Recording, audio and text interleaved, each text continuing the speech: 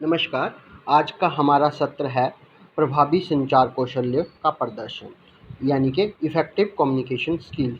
आपने इसके बारे में पहले भी पढ़ा है और अब हम इसके बारे में कुछ और महत्वपूर्ण जानकारी इस सत्र के माध्यम से प्राप्त करेंगे।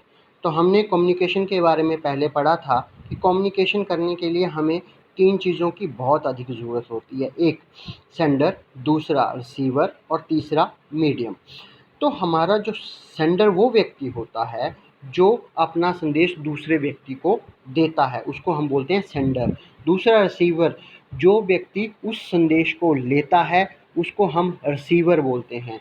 और जिस माध्यम से हम बात करते हैं उसे हम मीडियम कहते हैं। जैसे फॉर एग्ज़ाम्पल, अगर हम स्टेज पर खड़े हैं तो और अपने स्टूडेंट्स से बात कर रहे हैं, अगर हम बच्चों के साथ बात कर रहे हैं तो हम बीच में माइक लगा के बात कर रहे हैं, तो बोलने वाला जो स्टेज पर खड़ा है वो कौन होगा? सेंडर होगा। माइक क्या बन जाएगा? मीडियम बन जाएगा। और जो बच्चे उस संदेश को सुन रहे हैं वो कौन बन जाएंगे? रिसीवर बन जाएंगे। अब हमें एक बात का ध्यान रखना होता है कि जो सेंडर है उसे कुछ बातों का विशेष ध्यान रखना पड़ता है कि मुझे अपना संदेश कम शब्दों में रिसीवर तक पहुंचाना है। और ये भी ध्यान रखना है कि जो संदेश वो दे रहा है वो सरल भाषा में होना चाहिए, ताकि जो संदेश प्राप्त कर रहा है उसे उस संदेश को समझने में आसानी हो और वो जो संदेश उसे भेजा जा रहा है वो उसकी भावनाओं को समझकर उस संदेश के अनुसार काम करे। अब इन बातों के साथ हम कुछ और भी बातें करने जा रहे हैं। जैसे अगर हम आमने-सामने हैं तो हम एक दूसरे से बात करते हैं, तो एक उस वक्त सेंडर होता है जो हम बोलते हैं, ईयर जो है वो मीडियम का काम करती है और दूसरा जो है वो रिसीवर का काम करता है।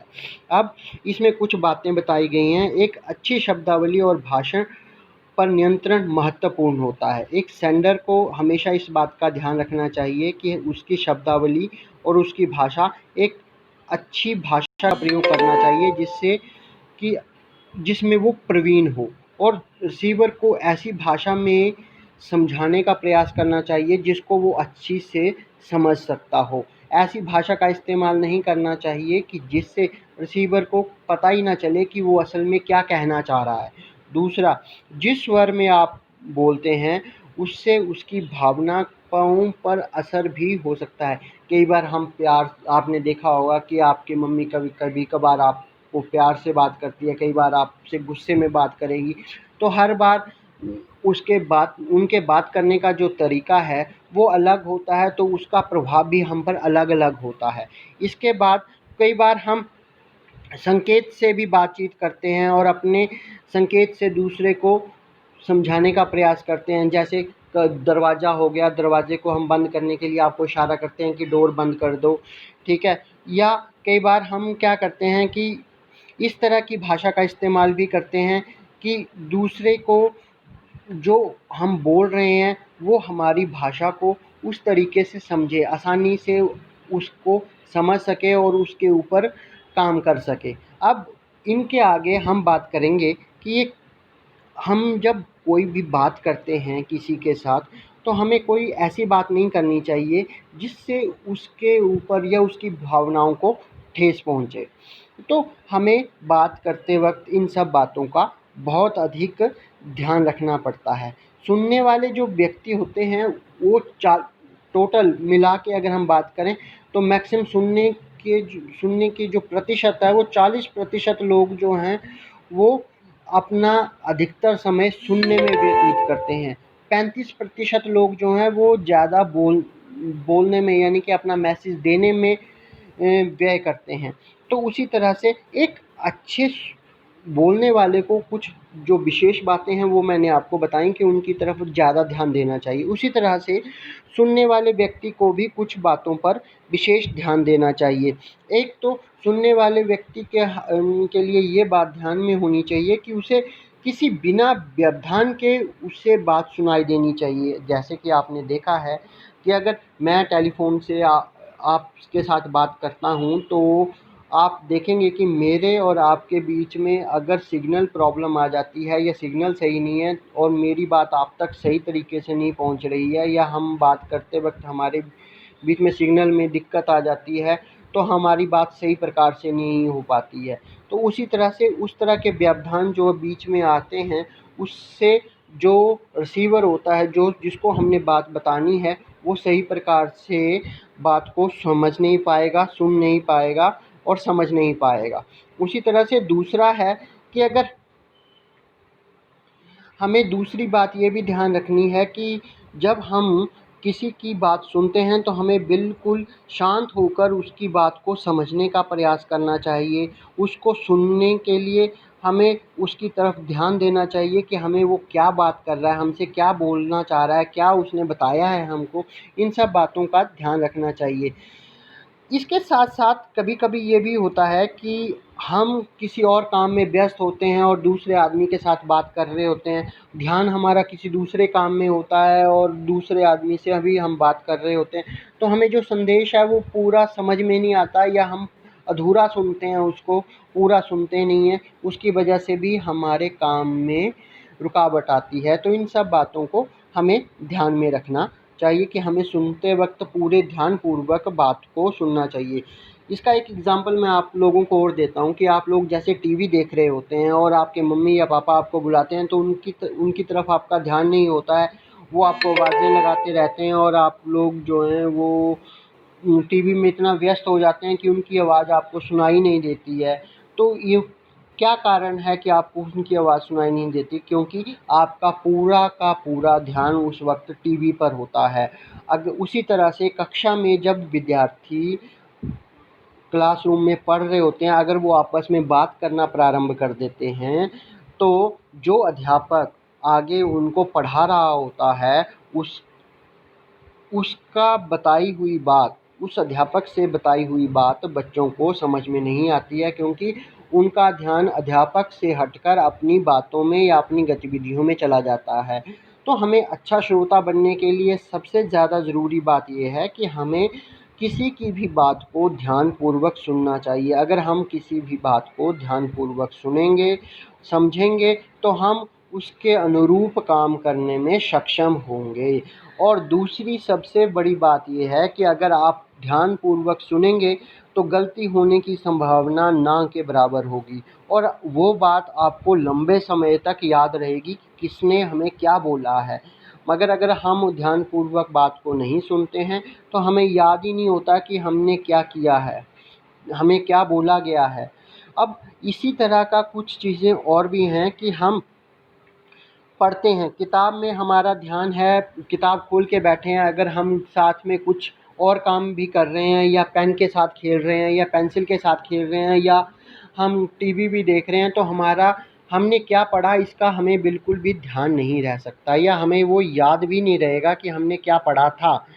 हमें पढ़ते वक्त हमें ध्यानपूर्वक एक जगह पर बैठकर किसी किताब को पढ़ रहे हैं, किसी न्यूज़पेपर को पढ़ रहे हैं या किसी ऐसी किताब को पढ़ रहे हैं जिससे आप जो आपकी किताबों के साथ जुड़ी नहीं है मगर आपको जानकारी दे रही है, या रेलवे स्टेशन पर हैं आप या कहीं बस स्टैंड में खड़े हैं या हवाई अड्डे पर खड़े हैं तो आप साइन बोर्ड्स पढ़ते हैं वहाँ पर, या रोज़गार समाचार वगैरह पढ़ते हैं, या शॉपिंग के बिल्स जो आप दुकान में ख़रीदने जाते हैं तो वो बिल देता है आपको, उनके बिल को पढ़ते हैं। ध्यानपूर्वक पढ़ेंगे तो आपको याद रहेगा कि हमने क्या चीज़ खरीदी है, क्या चीज़ हमने पढ़ी है, तो वो आपके दिमाग में एक तरह से रिकॉर्ड हो जाती है और वो आपको लंबे समय तक ध्यान रहती है। अब इन सब बातों को इसलिए भी ध्यान रखना चाहिए कि हम पढ़ते वक्त क्या-क्या हमें ध्यान रखना है।